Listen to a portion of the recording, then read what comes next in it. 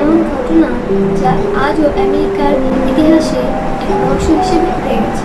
এই গল্পটি শুধু হত্যা নয়, একটি অন্ধকার রহস্য যার নাম হচ্ছে ভেলেস্কা এক্স মার্ক। হ্যালো এভরিওয়ান, আমি মুন, আপনাদের ওয়েলকাম জানাচ্ছি আমার ইউটিউব চ্যানেলে। তো চলুন আজকে রহস্যময় ভিডিওটি শুরু করা যাক। আমেরিকার আইওয়ার ছোট্ট শহর ভেলেস্কা 1912 সালের 9 জুন চার্চের অনুষ্ঠান শেষে হাসিমুখে বাড়ি ফিরছিল মুর পরিবার।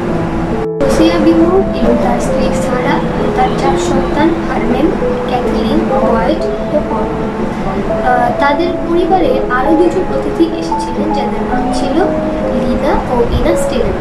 তারা সে রাতে ওদের বাড়িতে রাত কাটানোর জন্য এসেছিল। রোসিয়া বিমো মূলত একজন হার্ডওয়্যার ব্যবসায়ী ছিলেন, সম্প্রদায়ে সুপরিচিত ছিল।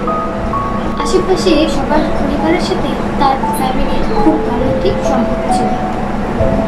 9 জুন সে রাতে তাদের পরিবারের সঙ্গে ঘটে এক ভয়ঙ্কর ও নৃশংস এক ঘটনা যা পুরো আমেরিকাকে নাড়িয়ে দেয়।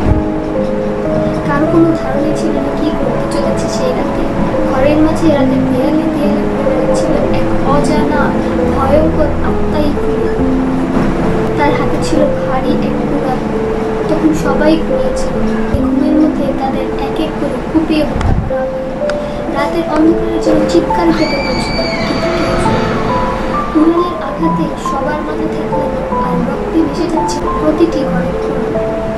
তাদের বাড়ির প্রতিটি আয়নায় কাপড় দিয়ে ঢাকা আর মৃতদেহগুলোর উপর চাদর টেনে দেয়।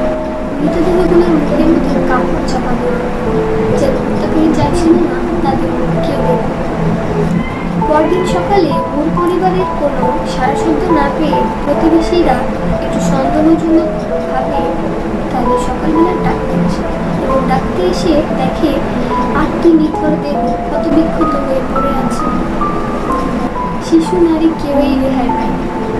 পুলিশকে জানানোর পরে তারা ঘটনাস্থলে এসে দেখে এক নৃশংস চিহ্ন।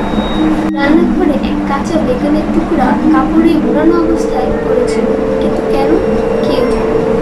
হত্যাকারী সম্ভবত অনেকক্ষণ বাড়ির মধ্যেই ছিল, কিন্তু সে কে ছিল আমরা এখনো জানি। তদন্তে উঠে আসে এক রহস্যময় নাম, রেভারেন্ড জর্জ গিল, যিনি নাকি এক মানসিকভাবে অসুস্থ ধর্মগুরু ছিলেন। তাকে 2বার বিচারের আওতায় আনা হয়, কিন্তু প্রমাণের অভাবে তারা তাকে ছেড়ে দেন।